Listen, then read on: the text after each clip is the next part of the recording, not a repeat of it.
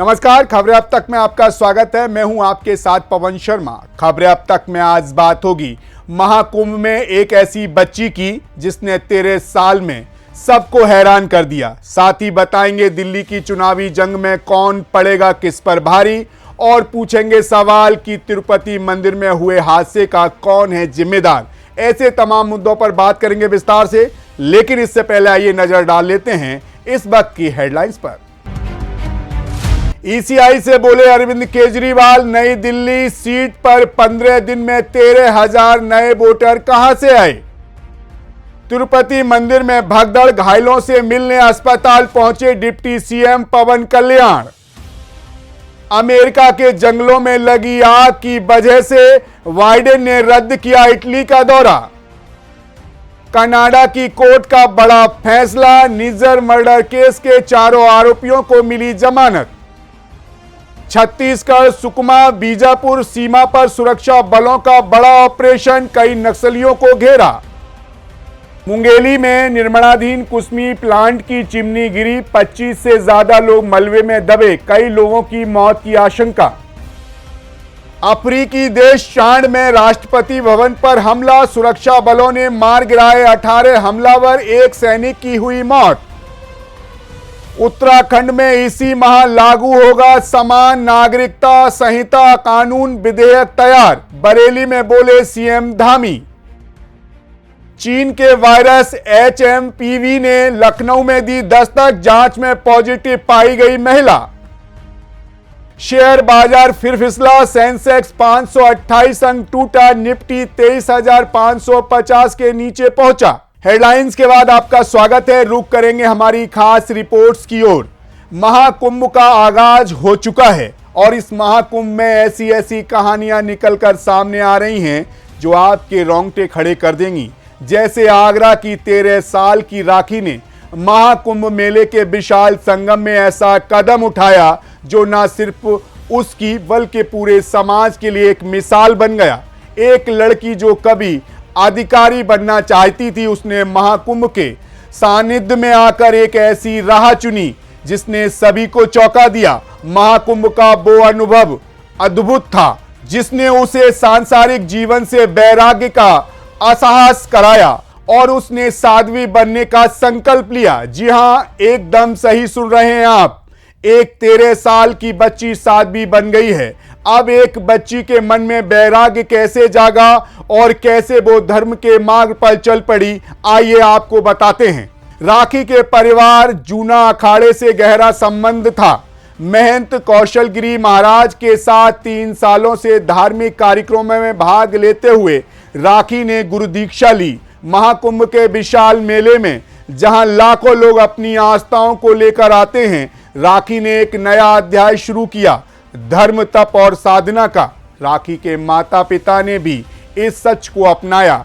राखी का ये निर्णय केवल एक व्यक्तिगत बदलाव नहीं था, बल्कि ये पूरे समाज के लिए एक प्रेरणा बन गया।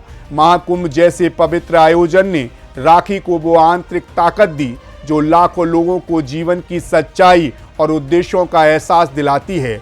अब राखी को जूना अखाड़े में गौरीगिरी के नाम से जाना जाएगा।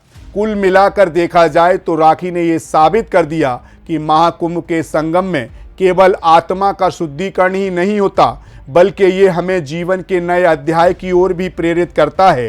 राखी ने हम सभी को ये सिखाया, अगर हिम्मत और विश्वास से काम लिया जाए तो कोई भी सपना सच हो सकता है, चाहे वह साध्वी बनने का हो या IAS अधिकारी बनने का। फिलहाल इसी के साथ खबरें अब तक में रुक कर लेते हैं अगली रिपोर्ट्स की ओर। दिल्ली विधानसभा चुनाव का बिगुल बज चुका है और इस बार राजनीतिक रण क्षेत्र में जो मुकाबला होने वाला है वह बेहद दिलचस्प और रोमांचक होगा।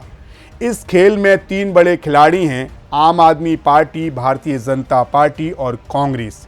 ये इस बार अपने अपने धुर विरोधियों के खिलाफ खुलकर मैदान में हैं और बयानबाजी का सिलसिला भी अब तेज हो चुका है। लेकिन असली लड़ाई किससे किसकी होगी, ये बड़ा सवाल है। दिल्ली में इस बार कांग्रेस अपनी डबल प्लानिंग के साथ चुनावी मैदान में उतरी है। एक और पार्टी ने राजस्थान के मुख्यमंत्री अशोक गहलोत के नेतृत्व में जीवन रक्षा योजना की तर्ज पर दिल्ली के हर परिवार को 25 लाख रुपए तक का मुफ्त इलाज देने का वायदा किया है। वहीं दूसरी ओर कांग्रेस ने दिल्ली की महिलाओं को हर महीने 2,500 रुपए देने का वायदा किया है। ये दोनों वायदे कांग्रेस को इस बार दिल्ली में मजबूती से खड़ा करने के लिए मददगार साबित हो सकते हैं। वहीं कांग्रेस को पता है अगर उसे दिल्ली में अपनी खोई जमीन वापस पानी है तो उसे यहां आम आदमी पार्टी के साथ गठबंधन से दूर रहना पड़ेगा। दिल्ली में आपने जो अपने लिए पुख्ता सियासी जमीन तैयार की है वो पहले कभी कांग्रेस की हुआ करती थी। वहीं इसी मेहनत के बाद भी कहा जा रहा है कि चाहे कांग्रेस कुछ कर ले मगर दिल्ली की लड़ाई तो आम आदमी पार्टी और भारतीय जनता पार्टी के ही साथ होनी है, क्योंकि आपकी नज़र दिल्ली में अपने पिछले प्रदर्शन को दोहराने पर है, लेकिन इस बार उसे कड़ी टक्कर मिल सकती है। भारतीय जनता पार्टी ने भी चुनावी मैदान में अपना खजाना खोल दिया है। मुफ्त की रेवड़ियां बांटने में वो भी पीछे नहीं हैं।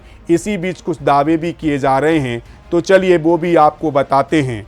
सूत्रों की माने तो भारतीय जनता पार्टी ने दिल्ली में 300 यूनिट बिजली फ्री देने का ऐलान कर सकती है। इसके अलावा गुरुद्वारा और मंदिर में 500 यूनिट बिजली मुफ्त देने का ऐलान भी घोषणा पत्र में शामिल हो सकता है।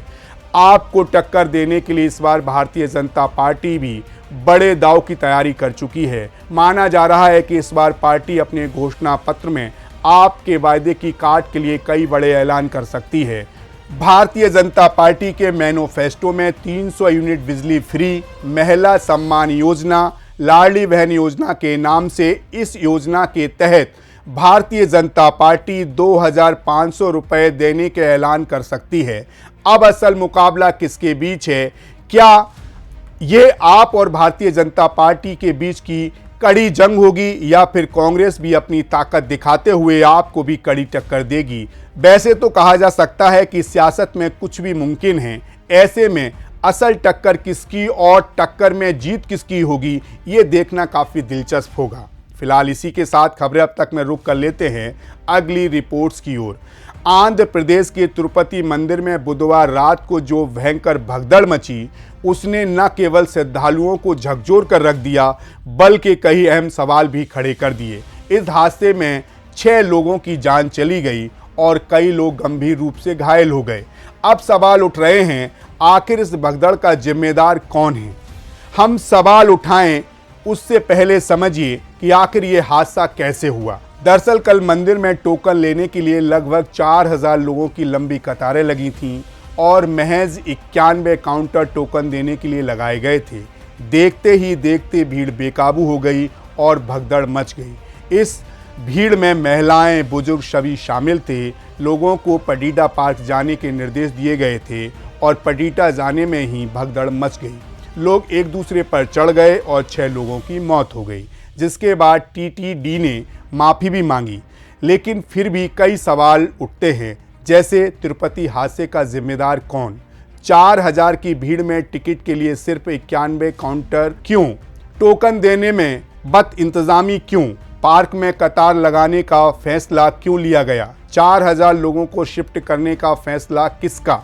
श्रद्धालुओं की मौत की जिम्मेदारी कौन लेगा? सीएम चंद्रबाबू नायडू ने इस हादसे पर दुख जताया, लेकिन तिरुपति हादसे के बाद सामने आए वीडियो में साफ दिखता है कि हर तरफ अफरा तफरी मची हुई थी। लोग एक दूसरे पर चढ़े हुए थे और कई लोगों को सीपीआर दिया जा रहा था। ऐसे में क्या इन हालात में तिरुपति प्रशासन को ये अनुमान पहले नहीं था कि अगर भीड़ को नियंत्रित नहीं किया गया तो ऐसी स्थिति में क्या स्थिति उत्पन्न हो सकती है? कुल मिलाकर देखा जाए तो ये हादसा कई सवाल छोड़ गया है। क्या ये हादसा केवल एक संयोग था या फिर ये अधिकारियों की लापरवाही का परिणाम? इस सवाल का जवाब तो शायद हमें आने वाले दिनों में ही मिलेगा, लेकिन इस घातक हादसे ने एक गंभीर प्रश्न खड़ा कर दिया है। क्या हमें अपने धार्मिक स्थलों पर इतनी बड़ी भीड़ को सही तरीके से संभालने की योजना की सख्त ज़रूरत नहीं है? और अगर है तो आखिर कब योजना बनाई जाएगी?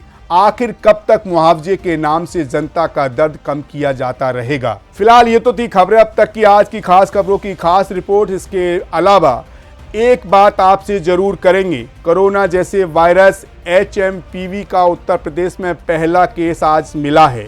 लखनऊ में 60 साल की महिला पॉजिटिव पाई गई है। ऐसे में लोगों के मन में बड़ा डर फिर पैदा हो गया है कि क्या फिर कोरोना जैसी महामारी आने वाली है। आज से 5 साल पहले जब कोविड-19 का प्रकोप था तो आपको याद होगा पूरे देश में लॉकडाउन लगा दिया गया था, स्कूल बंद, ऑफिस में सन्नाटा, सड़कों पर सब तरफ सन्नाटा, चारों तरफ सुनसान और शमशानों में लाशों ही लाशें। ऐसा भयावह मंजर था कि देखते ही किसी की भी रूह कांप जाए। लेकिन फिलहाल HMPV वायरस से भी ऐसा हो ये नहीं कहा जा सकता। सरकार लगातार लोगों को जागरूक कर रही है कि ना तो डरें और ना ही डराएं, बस अलर्ट रहें। ये वायरस कोई नया वायरस नहीं बल्कि बहुत पुराना वायरस है। इस वायरस से डरने की बजाय हमें सतर्क और अलर्ट रहने की आवश्यकता है। साफ सफाई का ध्यान रखना, सोशल डिस्टेंसिंग का पालन करना और सर्दी खांसी के लक्षणों के दौरान मास्क पहनना इस संक्रमण से बचाव के अहम उपाय हैं। सावधानी से ही इस वायरस से बचा जा सकता है, इसीलिए डरे नहीं, बस जागरूक रहें और सतर्क रहें। फिलहाल इसी के साथ मुझे दीजिए इजाज़त और आप बने रहिए सी न्यूज़ भारत के साथ। हर खबर आपके साथ, आपके हाथ।